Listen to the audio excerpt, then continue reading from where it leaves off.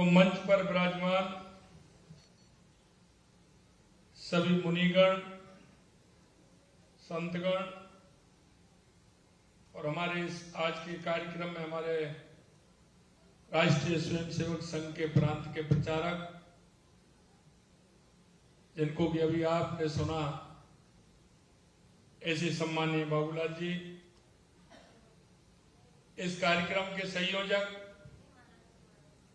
श्री दिनेश जैन जी, इस कार्यक्रम के सह संयोजक श्री आशुतोष जी सोनी साहब, इसके गाजियाबाद अध्यक्ष मुनि संघ सेवा समिति जयपुर श्री राजीव जैन जी, और इस कार्यक्रम में आए सभी देश की आर्थिक व्यवस्था से जुड़े मेरे सभी चार्टर्ड अकाउंटेंट, सभी मेरे भाइयों बहनों, सबसे पहले तो मैं आप सभी का वंदन करता हूं, आप सभी का अभिनंदन करता हूं।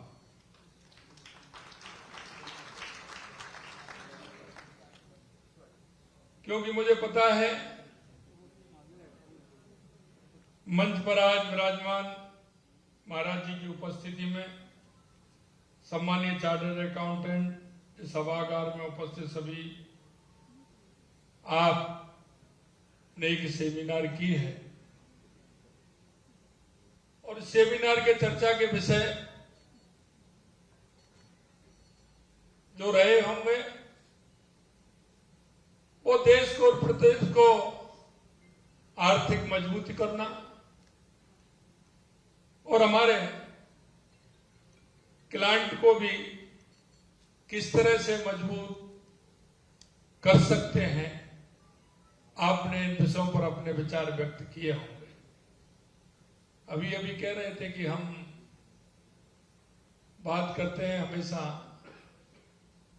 हमारे क्लाइंट के फायदे की। अरे ये तो आपको करनी है तो जितना क्लाइंट का फायदा होगा उसमें आपका भी फायदा निहित है। अगर ये नहीं करेंगे तो फिर कैसे काम चलेगा? तो ये तो आपको करना है। और यही नहीं, मैं कहना चाहता हूं कि आपका ये ग्रुप है, ये मैं कह सकता हूं देश और प्रदेश को आर्थिक रूप से मजबूत करने में आपका बहुत बड़ा योगदान है।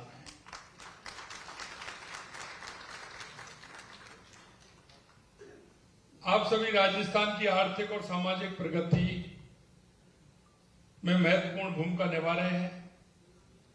आपका कार्य केवल संख्याओं को संभालना नहीं है, बल्कि राष्ट्र निर्माण का एक महत्वपूर्ण अंग है।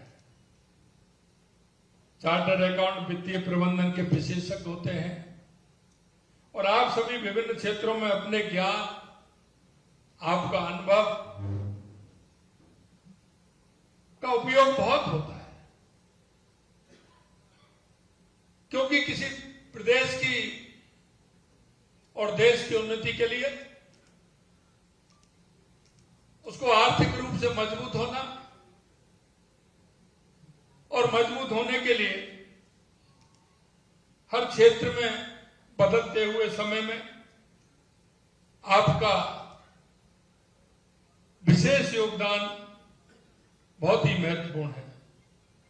वर्तमान में हम कराधान के क्षेत्र में कई महत्वपूर्ण बदलाव लेकर आए हैं।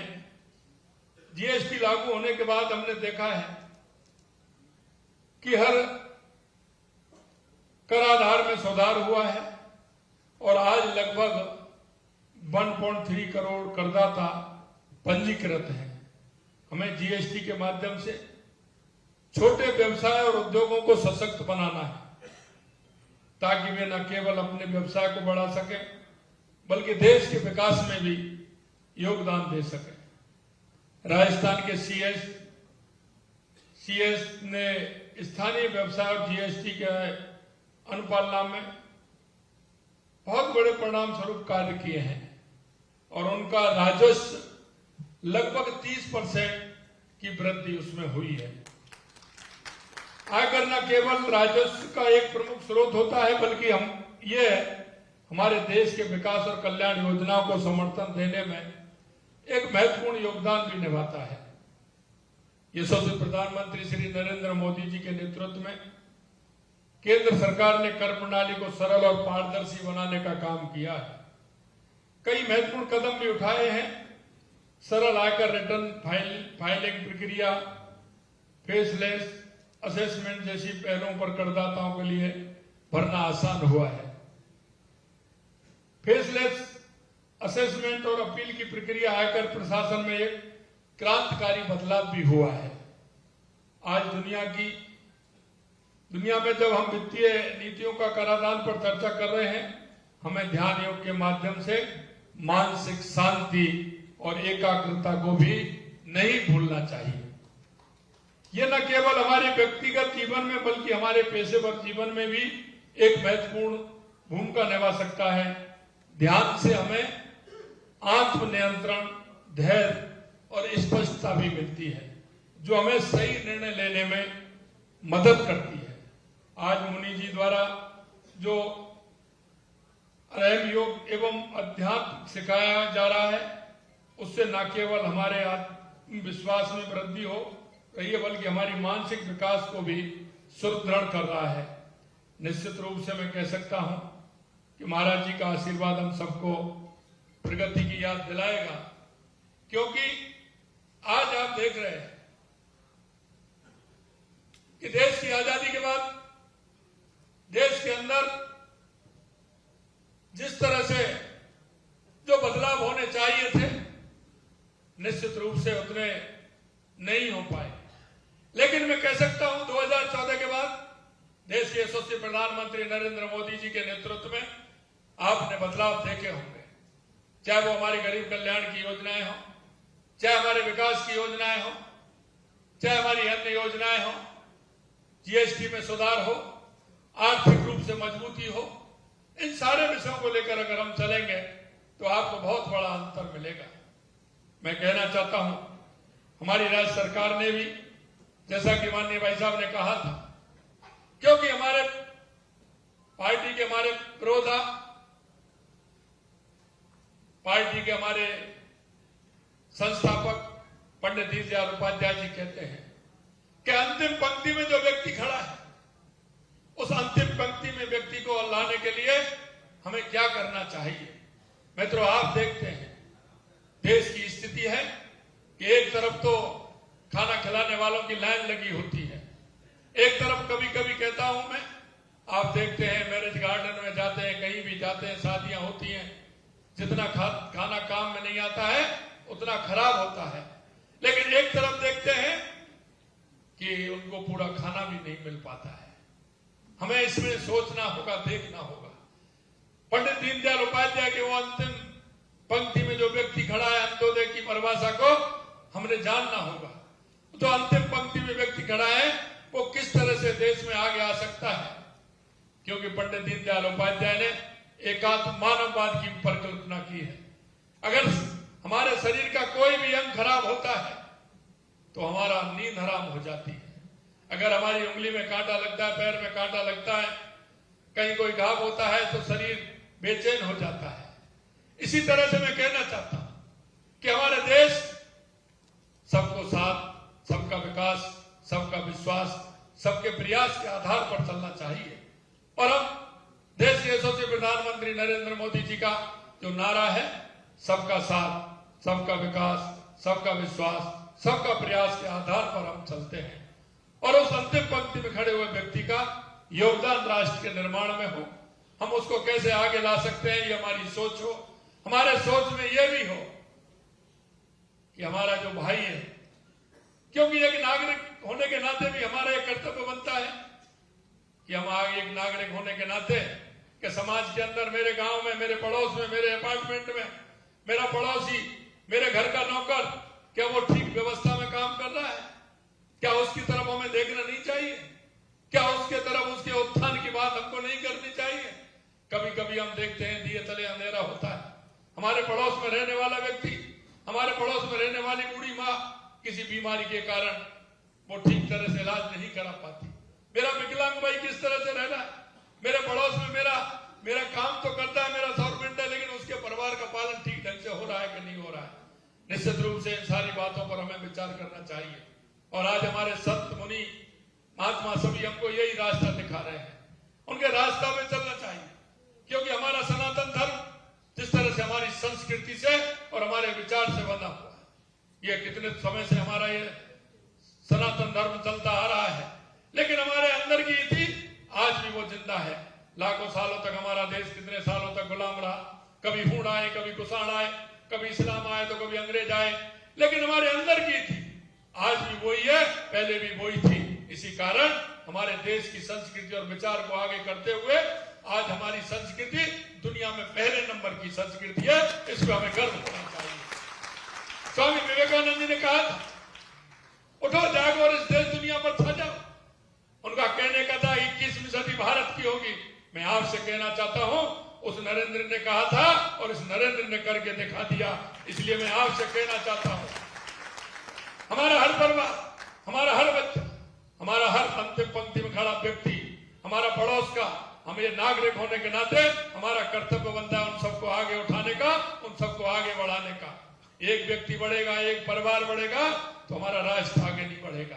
हमारा राष्ट्र आगे जब बढ़ेगा तो हर व्यक्ति आगे बढ़ेगा, समाज का एक तबका आगे बढ़ेगा, हर समाज आगे बढ़ेगा तो हमारा राष्ट्र उन्नति करेगा।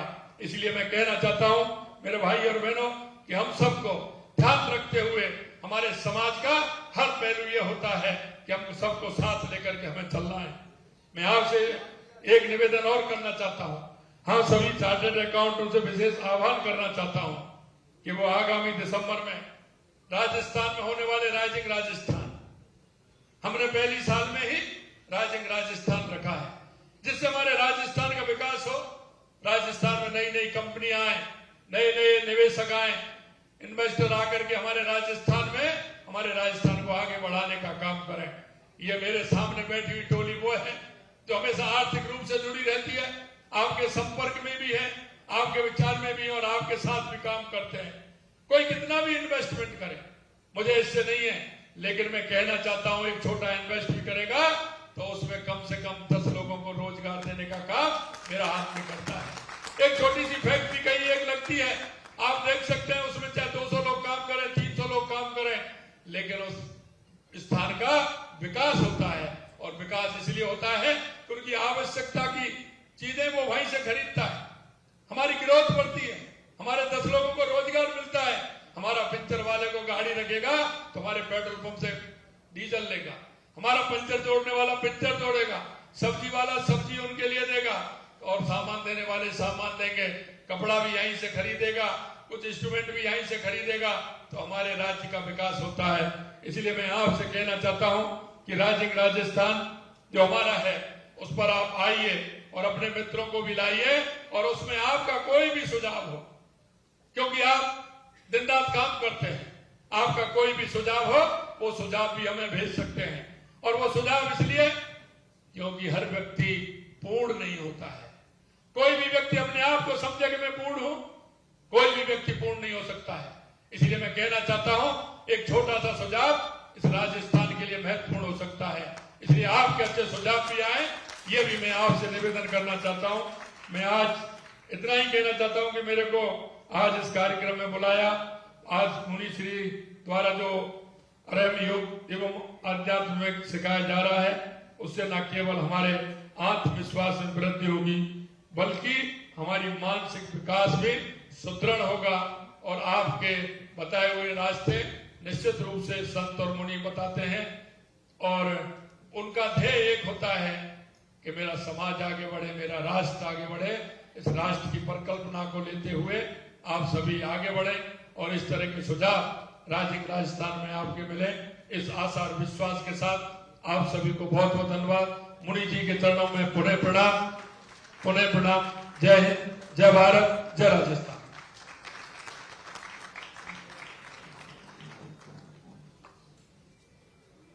इतने अच्छे उद्बोधन के बाद एक